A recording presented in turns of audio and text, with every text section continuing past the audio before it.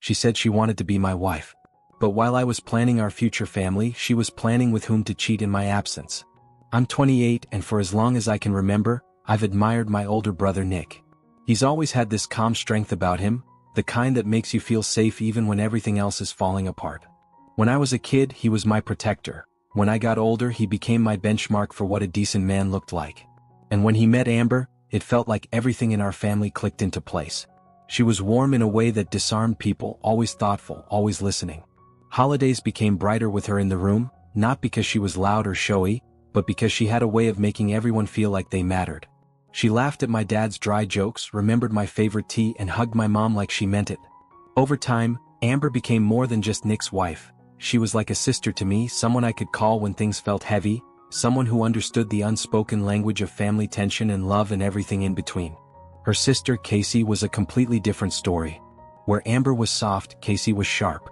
She was the kind of person who turned heads when she walked into a room, bright, loud, unpredictable. I never quite knew what to make of her. She'd show up to family dinners half an hour late with some chaotic story about her car or a weird client from work, toss her keys on the table, and jump straight into conversations like she'd been there all along. She was magnetic in a way that made people either lean in or step back. I guess I did a little of both. She never stayed long at family gatherings, never called after, never texted unless she needed something or had something dramatic to share.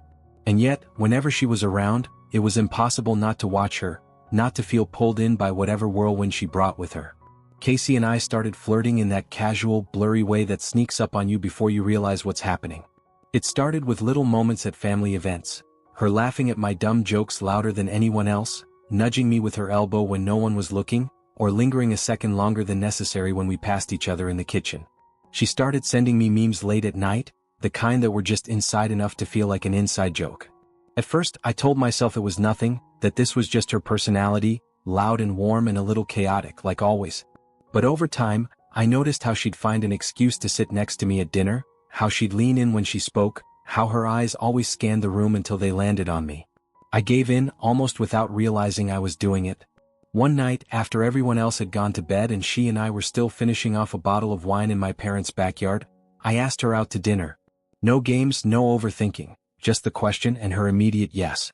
From there, things took off fast like a spark finding dry wood, and suddenly we were no longer skirting around something. We were in it. Even though Amber pulled me aside one evening and gently warned me that Casey was not someone who took things seriously, I brushed it off without really listening. I told myself she just didn't understand, or maybe she was just being overly protective, but deep down I think a part of me already knew what she was trying to say. Still, I didn't care. Casey and I had clicked in a way that felt rare and electric, and I let myself believe that was enough. We quickly became a couple, almost overnight, wrapped up in the kind of whirlwind that made everything else seem dull by comparison. And for a while it felt incredible. I was truly in love with her, or at least with the version of her I saw when things were good. But almost as soon as we started, the fights began. At first, they were small, frustrations that I tried to shrug off. She was always late, sometimes by half an hour or more, and never seemed to understand why it bothered me. She spent entire dinners glued to her phone, texting or scrolling with barely a glance in my direction.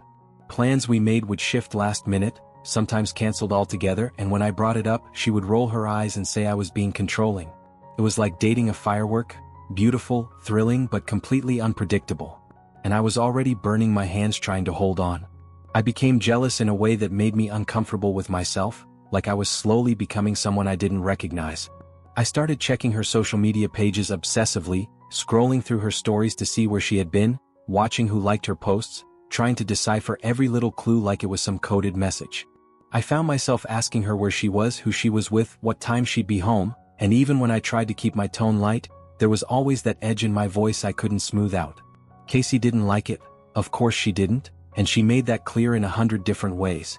But oddly, she didn't push me away either. She got angry, yes, threw up her hands and called me paranoid, but then she'd start sharing her calendar more, texting me pictures from where she was, picking up when I called instead of letting it ring.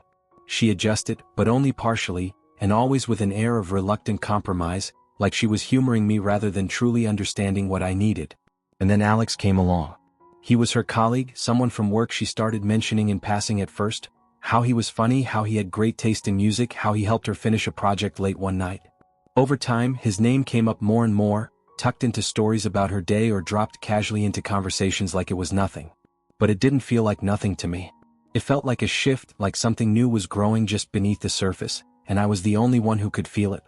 One evening she told me she was going out with some colleagues to a bar after work, just a casual get-together, nothing special. But something about the way she said it unsettled me. It wasn't the words themselves, it was the way she avoided eye contact, the too careful tone, the slight hesitation before mentioning the name of the place. I tried to ignore it, to trust her, but the feeling wouldn't go away. So, against my better judgment, I went. I told myself I just wanted to see for myself that everything was fine, that I was overthinking again. But when I got there and spotted them through the window, any illusion I had shattered on the spot. Casey and Alex were sitting close together, far closer than two co-workers needed to be, their heads tilted toward each other, laughing at something I couldn't hear. And then I saw it, her hand resting lightly on his wrist, his thumb grazing her fingers like it was the most natural thing in the world. My chest tightened, and before I could think, I was inside, crossing the floor with my heart pounding and my voice rising. I lost my temper, completely and stupidly. I started a fight, right there in the middle of the bar, my words sharp and loud, her face frozen in a mix of shock and fury, and Alex just sitting there, suddenly quiet. I didn't care who was watching. In that moment, I felt betrayed, humiliated, and completely out of control. In the chaos of shouting and flailing arms, I don't even remember how it happened. 1 second I was pointing at Alex, my voice shaking with fury, and the next there was a blur of motion, a stumble, and then Casey was clutching her face. It wasn't intentional, I swear it wasn't, but my arm had caught her as she tried to step between us, and the sound of her shocked gasp felt louder than everything else in that crowded bar. She backed away, her eyes wide, her hand pressed against her cheek, and I saw the beginnings of a bruise already forming. I froze, completely paralyzed by the realization of what I had just done. The world seemed to narrow down to a tunnel of noise and flashing lights, and before I could process anything else, someone had called the police. I was arrested, handcuffed right there in front of strangers and co-workers and people who would never forget what they saw. The inside of the police station felt colder than any place I'd ever been, and all I could think about was the look on Casey's face, the shock, the hurt, the disbelief. Hours passed like minutes, or maybe it was the other way around, but eventually I heard familiar voices. Nick and Amber had come. I don't know how they found out or what they had to say to get me out, but they did. As we walked out into the night air, Amber pulled me aside for a moment, her voice low and steady as she whispered, "Be careful." I nodded numbly, still too shaken to speak, but her words stuck with me. I didn't understand what she meant at the time, not fully, but something in the way she said it made my skin crawl. Casey called the next day, her voice sharp with rage and pain, screaming through the phone that she could never be with a guy who hit her, that no excuse could ever make what happened okay. I sat there with the phone pressed to my ear, feeling every word like a hammer to the chest, trying to explain that it was an accident, that I hadn't meant to hurt her, that I didn't even realize what I had done until it was too late. But none of that mattered, not to her, not in that moment, and honestly not to me either. I begged for forgiveness, not just because I was desperate to fix what was broken, but because I knew deep down I had crossed a line that should never have been approached, no matter the circumstances. That night, I found a psychologist and made an appointment. I started therapy the following week, and for the first time in my life, I sat across from someone and said things out loud that I had spent years trying to bury. It wasn't easy. Most days I left those sessions exhausted, raw, unsure if any of it was even working. But I kept going. Eventually, after weeks of space and hard conversations, Casey agreed to meet. She was cautious, guarded, but willing to talk. And somehow, little by little, she gave me a second chance. We even started going to therapy together, sitting on a worn couch in a quiet office, trying to untangle the mess we had made of each other and figure out if there was anything left worth saving. 6 months later, standing on the skydeck of the Willis Tower in Chicago with the whole city glittering beneath us, I took a deep breath and proposed to her. I had rehearsed the words over and over, but when the moment came, all of it spilled out in a blur of nerves and hope and trembling sincerity. Casey's eyes widened, and then filled with tears before I could even finish. She said yes through choked laughter, throwing her arms around me as tourists clapped and someone snapped a photo I didn't even see being taken. We kissed, held each other close against the glass, and for that one suspended moment, it felt like we had survived something, rebuilt something, and now we were standing on top of it, claiming it together. The wedding came a few months after that, lavish just like she had always dreamed.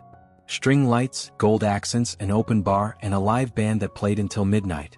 My family was thrilled, beaming through every toast and photo, as if the messy road we had taken to get there had been paved over with white lace and champagne. Everything sparkled that day, and for a while I let myself believe we were finally okay. After the honeymoon, something in Casey began to shift, and I noticed it almost immediately. At first, it was small things. Less eye contact, shorter replies, a kind of distracted distance in her voice when we spoke. I had to leave for a business trip not long after we got back, and while I hated the timing, I told myself it was normal, that the adjustment from the high of the wedding and honeymoon to regular life could feel jarring. But while I was away, the coldness grew. Her texts became sporadic, her phone calls felt forced, and by the end of the trip I was counting the hours to get home, just to feel some semblance of closeness again. When I did return, nothing felt right. Casey was polite but distant, like I was a guest in my own house. I didn't want to push, didn't want to accuse or question, so I said nothing. But then Amber pulled Nick aside during dinner one night, her voice low but urgent enough that I caught the tone even if I couldn't hear the words. Later that night, Nick came to me quietly, looking uncomfortable, and said he needed to tell me something. Amber had found out that Casey had been seeing other men while I was away, and worse, that Casey had asked Amber to lie for her if it ever came up. I sat there in stunned silence, the weight of it sinking into my chest like wet concrete, and everything around me suddenly felt too quiet, too still. That night, after Nick told me what Amber had discovered, I waited until Casey was asleep and quietly picked up her phone from the nightstand. I didn't want to go through it, I truly didn't, but something inside me already knew what I would find. And it was all there. Messages, photos, call logs, entire conversations that left no room for doubt. There were flirty texts with names I didn't recognize, half-hearted excuses about work dinners that turned out to be meeting arrangements, and even timestamps that traced back to nights during our honeymoon. She hadn't slipped up once in a moment of weakness. She had built a routine out of it, like cheating was just part of her schedule. The weight of it hit me like a blow to the chest, and for a long time I just sat there in the dark, reading through lie after lie while she slept a few feet away, her face peaceful, like none of this had touched her. I didn't confront her. I didn't shout or demand explanations. I just stood up, went to the closet, pulled out my suitcase and packed in silence. By the time the sun started to rise, I was gone. Not long after I left, she began calling non-stop, her voice flipping between fury and sorrow, demanding to know how I could go through her phone, accusing me of violating her trust, of being the real betrayer. When I didn't answer, the messages turned softer, apologies laced with regret, promises to change, to explain, to do whatever it took. But it didn't last. The tone shifted again, and that was when the threats began. She told me plainly, almost casually, that if I filed for divorce, she would tell everyone I had hit her, that I had a temper, that the bruise from all those months ago wasn't an accident. She said people would believe her, that she had photos, that she would ruin me. My hands were shaking as I listened, but not from fear, because I had prepared for this. Somewhere deep inside, maybe even before the wedding, I had known I would need to protect myself. I had kept screenshots of every message, every moment of infidelity she had confessed to in writing, even the threatening texts that followed. I had documented everything, saved files, printed transcripts. I didn't reply to her threats, didn't try to argue or reason. I just quietly collected the last pieces of evidence and called my lawyer the next day. I went to a lawyer and filed for divorce without telling anyone, keeping it quiet and clinical, because I knew if I gave her even a sliver of warning, she would find a way to twist it. She received the papers at her office during work hours, just as I had instructed, and it didn't take long before she showed up in the lobby of the hotel where I had been staying. I heard her voice before I even saw her, sharp and cracking, demanding to be let through, shouting my name like it would change everything. When I finally stepped into view, she was standing there, eyes red, fists clenched, shaking with fury and panic. She threatened me first, screaming that I'd regret this, that I was throwing away something sacred, that she would make sure no one ever saw me the same way again. Then came the tears spilling down her face as she dropped to the floor, sobbing so loudly that people began to stare. And then the humiliation, a spiral of insults aimed at me, at herself, at everyone who had ever doubted her. I stood there, frozen for a moment, watching the wreckage of a woman I had once planned to grow old with unravel in a hotel lobby. But I didn't move. I didn't argue. I didn't comfort. I simply turned and walked away, firm in my decision, knowing that this time, I wasn't going to save someone who had spent so long trying to break me. She tried to twist the story one last time, aiming her anger at Amber, accusing her of ruining our marriage, saying she had poisoned me, turned me against her, planted doubt where there had once been trust. It was a desperate move, and maybe months ago I would have hesitated, would have questioned motives and played out a dozen different what-ifs in my head. But not anymore. I didn't believe in anyone's words now, only in the facts, only in what I had seen with my own eyes and saved in screenshots and recordings and printed documents that told a truth no one could rewrite.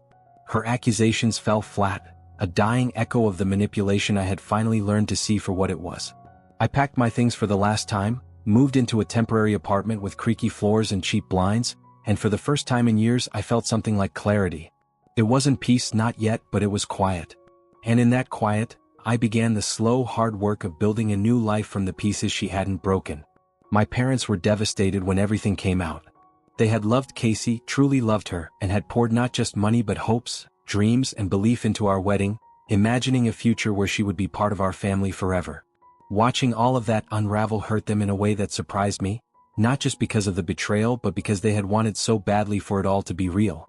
And yet, despite their heartbreak and disappointment, they stood by me.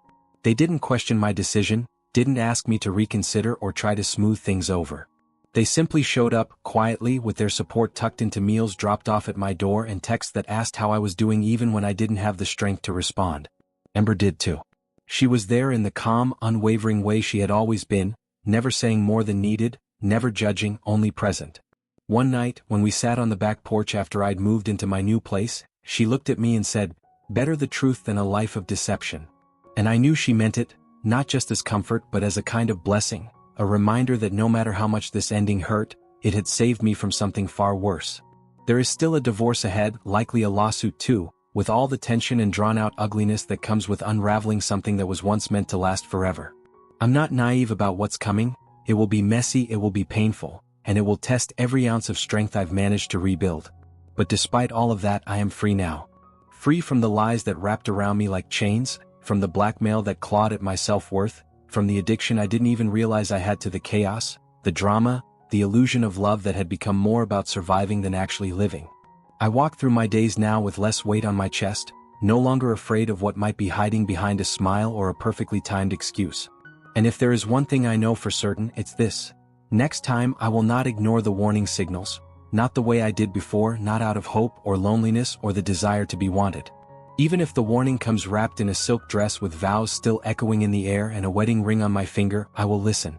Because now, I finally understand the cost of staying silent when every part of me is screaming to run.